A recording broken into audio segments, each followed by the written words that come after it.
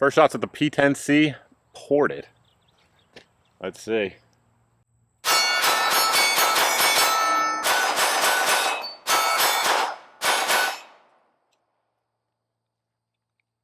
Hard to do better than that.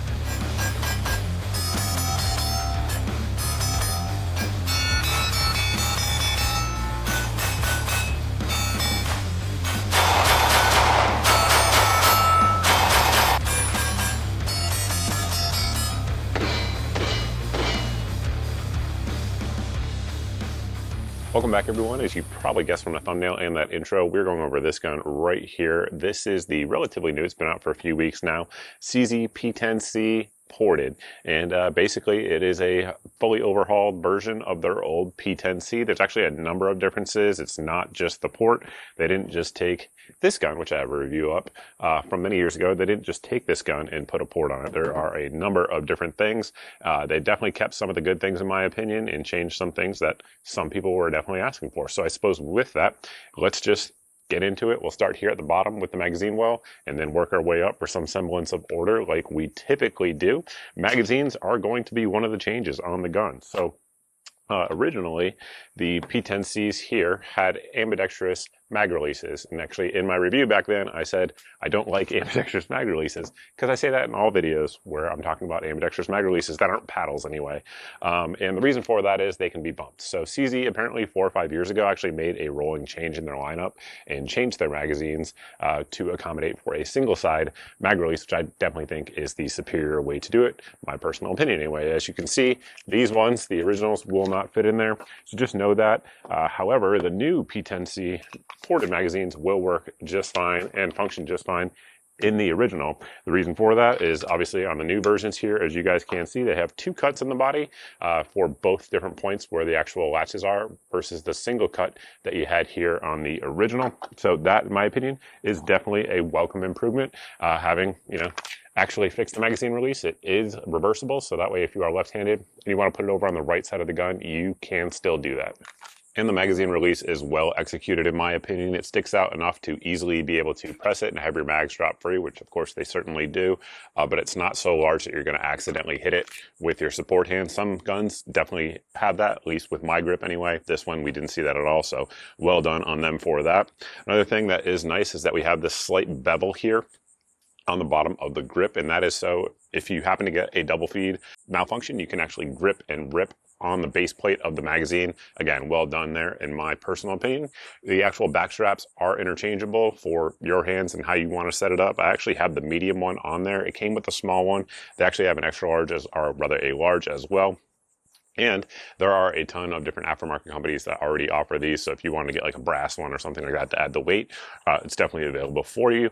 Now let's talk about the texture. The texture, in my opinion, is very good with one exception. So it's basically the same texture as the original, which a lot of people do, like myself included. It is aggressive, but not super aggressive until you actually grip it, if that makes sense. Once you grip into it with some tension, it definitely bites into your hand, which is nice. Exactly what I want. As I'm filming this video right now, it's in the upper 90s here in Florida. My hands are sweaty, and I definitely feel like I have a good grip and good command of the firearm itself as I'm holding it. That said, one thing that I wish they did in terms of the grip texture was continuing it up a little bit higher on the pistol. Something I talk about in a lot of different guns. A lot of guns don't do that for whatever reason, but when you come in here with your sport hand, you're kind of gripping onto slippery plastic. It's not that bad because the gun has a very low bore axis and a very low, I guess, recoil impulse, especially with that comp that we'll get to here in just a second. But it definitely is an improvement they could do. In fact, on their new Nocturne series of pistols, they actually changed that from the original. So somebody at CZ is thinking about it. Just for whatever reason, it didn't get applied to this gun. Not a big deal in my opinion, but it is something to point out there. The ambidextrous slide release is basically the same as it always was. I like it. It doesn't protrude a lot. It's easy to hit, so no issues at all on that one. That said, one thing I did have happen on this firearm once in our testing is that it didn't lock back on the last round. So it's still big enough that if you have a certain grip, you might accidentally be mashing on it under recoil and not allowing the slide to lock back. That said, that's a user issue. It's not a gun issue, so I'm completely fine with that.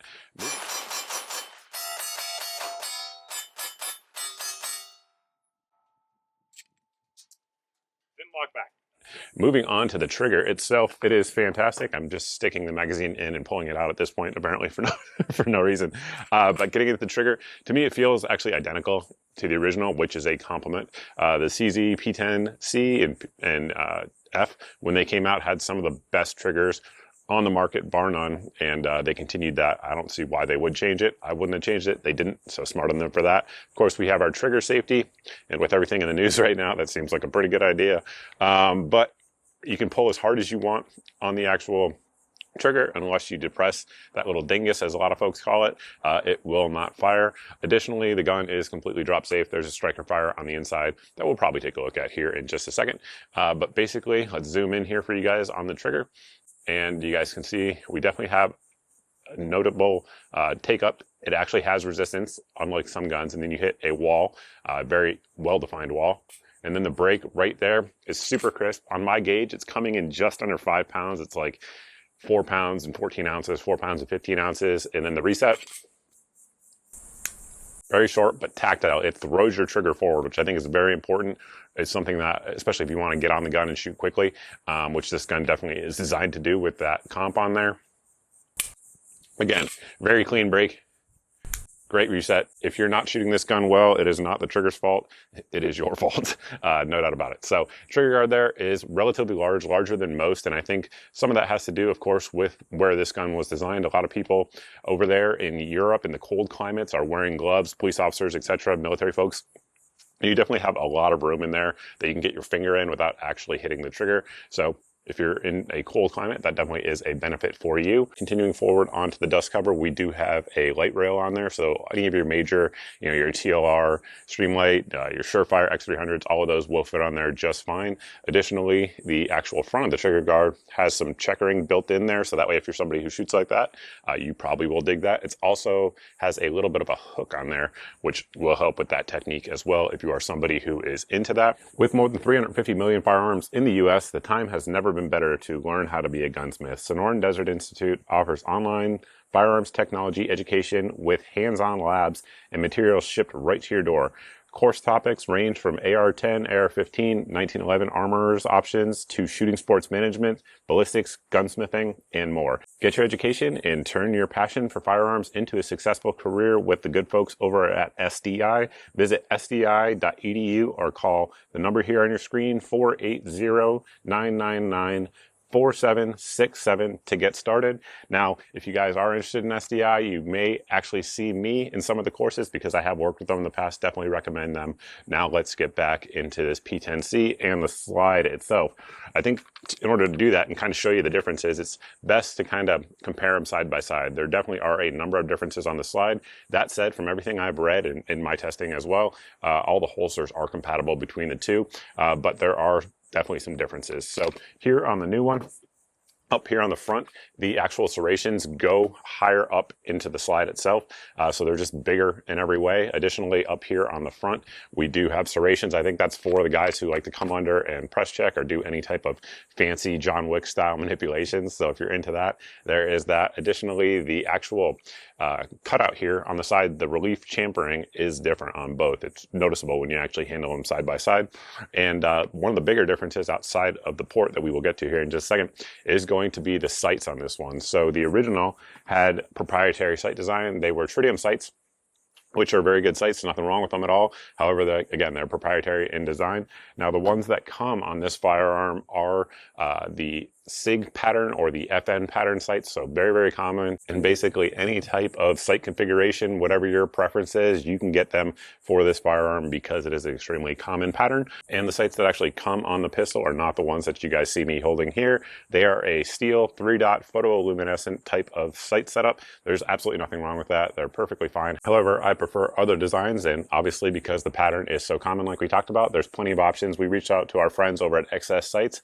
Definitely check them out if you guys are interested. They make a ton of different options for this sight configuration, and we got this set that we put on there.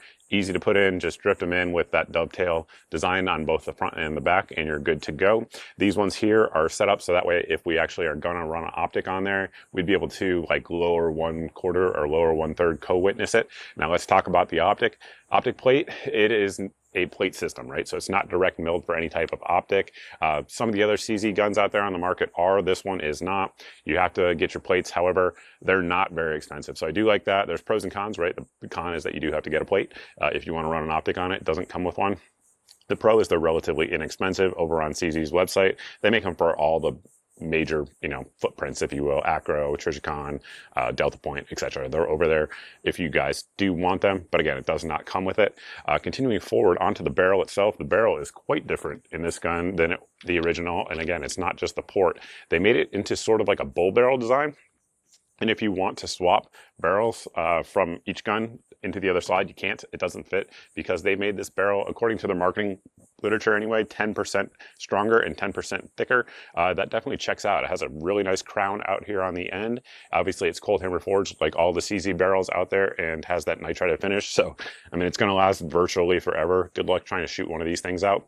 But one thing that I don't have the answer for, and maybe you guys can let me know down below in the comment section, is what that notch in the back of the barrel is. And it is not a loaded chamber indicator because the actual notch in there doesn't go into the chamber at all. So you can't see in there, but there is a little notch there.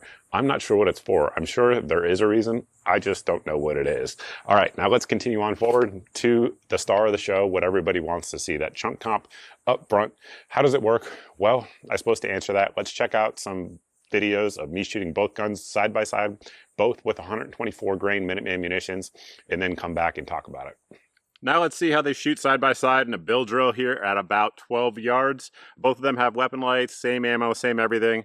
Let's get to it. We'll roll in some slowish motion footage as well to compare them.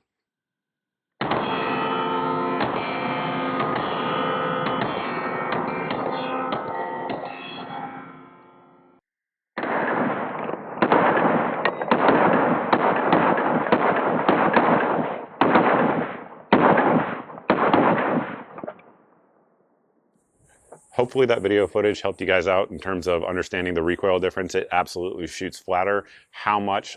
I don't know. I have no way to actually quantify that. If I had to guess, somewhere between 10 and 30%, somewhere in that range. The benefits of that, of course, are going to be that you're able to get rounds on target quicker, especially with this very ergonomic grip. Great trigger and that comp. The gun is definitely a fast gun in terms of a polymer frame gun that weighs what this weighs. There's a lot of like steel frame guns and stuff like that that are going to be equivalent. However, you're paying the penalty with those of the weight, right? So with this one, you don't have that. The downside of the comp is, of course, that it is going to be a little bit louder and you get a little bit less velocity. So in terms of loudness, I've actually tested this several times, and most comps or ports are going to give you roughly 3 to 5 decibels louder in terms of the signature at the ear than what you would get without it, which is in some cases significant. If you're indoors, it's definitely something to think about. Now, one thing they got right here in terms of this port or compensator design, depending on what you want to call it, is they actually stopped the rifling on the barrel on the inside just before that little chamber there where the port is starts. And the reason for that, for folks who don't know, is that as your projectiles are going through there, if the rifling is still where the port is, it can shear off part of the jacket, and that can just cause issues that you really don't want. A lot of the early comped guns had that issue. They've kind of learned the lesson over the years, but not all companies have gotten it right, but CZ definitely did on this one. So kudos to them for that. Disassembly on the gun is very, very simple. Basically, it's very much so like a Glock. Point in a safe direction, pull back slightly on the slide, and you hit these 2 little tabs here, release it, and everything comes off. There are some differences actually in the internals of the frame. I believe the reason for that is to accommodate for the different magazine system, but looking at them back to back, they are different. Recoil, guide rod, and spring weight feels the same to me. I'm not sure if it is, but it does feel that way. And then the barrel is like laughably large. I mean, this thing is huge for a striker fired gun. It's super thick. Look at the lugs on that thing. I mean, that is a beefy barrel. All the inside of the gun looks very well done, as you'd expect. Very good nitriding on here. I've not had a CZ gun rust on me ever, and the only other brand I could think of that I can say that for is HK. So there must be something to that European nitriding or nitrocarburizing that they're doing over there, because this thing, it feels great. It has good surface hardness, lubricity, all those sorts of things, and no rust, even out here in the humidity in the south. And then, of course, reassembly is just racking it back on there, and you are good to go. And with that, we just have a few other things to go over before we close the video out. Number one, it does come with 2 extended base plates. If you guys want to add them on there, that is a +2 to the baseline magazine, which of course is 15 rounds. They do make band compliant versions if you guys live behind enemy lines. Another thing that comes in the box, in addition to the back straps that we already talked about, is a snap cap. So that way, if you guys want to extend the life of your striker, you can do so. Do you need it? Probably not, but it's good to have, and why not? It comes with it. So that certainly is good. It also comes with a cleaning rod for those of you guys that are interested in that. Now let's talk reliability and price point, because that's what really matters at the end of the day, right? To most of you guys. Right now, we have 600 rounds through this gun. Almost all of that was Minute Ammunition's 124 and 147 grain. However, we also ran some hollow points through it, some 147 grain Fiocchi hollow points. So let's check out how that went. Hollow points from our friends at Firearms Depot. Make sure it runs that. I don't think it'll be an issue, but one way to find out.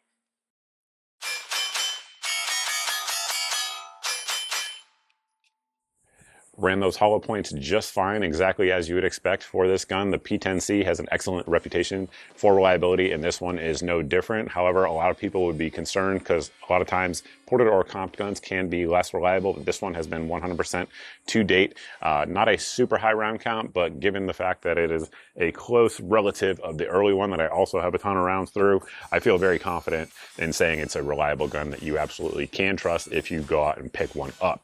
Now, picking one up. Price point on this one, right? The MSRP, I believe, is roughly the same as the original. However, street price, I will tell you that is not the case. Those of you guys who follow me on social media or are subscribed for my daily deals email have already seen this many times in your feed or in your inbox, because the price point on this is very attractive, in my opinion, for what you get.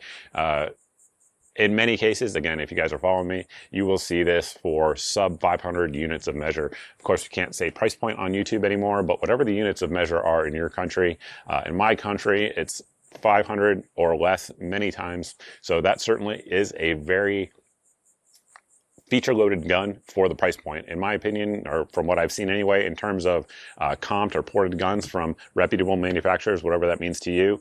It's the cheapest one that I know of. CZ definitely fits the category of a reputable manufacturer. They have a great reputation of making high quality products, and this one is no different, in my opinion. So if that fits what you guys are looking for, then I absolutely would recommend it. So I think with that, that's all I got for you. If you guys have any questions or anything like that, you can post them down below in the comment section, as always. If you guys have hit the subscribe button on both Rumble and on YouTube, and you're not seeing 2 to 4 videos a week here on the channel, you are being censored by an algorithm from my content. A couple ways to get around that. Number one, you can sign up for my email at the website here on your screen. This will get you put on 2 different lists. One of those lists goes out once a month with just one email, and it has all the videos since the previous month's email went out, so that way there's no big tech giant censoring your eyes from my content. It'll also get you put on the Daily Deals email, where, if you guys were following along earlier, again, this has been featured many times at a good price, but it typically has about 8 to 10 of the best deals that we find around the internet on a given day. So I go out and do all the price comparisons, and then if it checks out, either guns, gear, ammo, optics, lights, all that type of stuff, if it's the cheapest I know of anywhere on the internet, it will go in the Daily Deals email and go out to you guys, so that way it saves you guys some time and hopefully saves you some money as well, because I've already done the comparisons for you. Additionally, we have an SMS service that you can sign up for. This goes out at most once a day, and it has either a smoking deal that is very likely to sell out, or it has the latest video that has dropped, once again, getting around the algorithm and letting you guys actually see my content.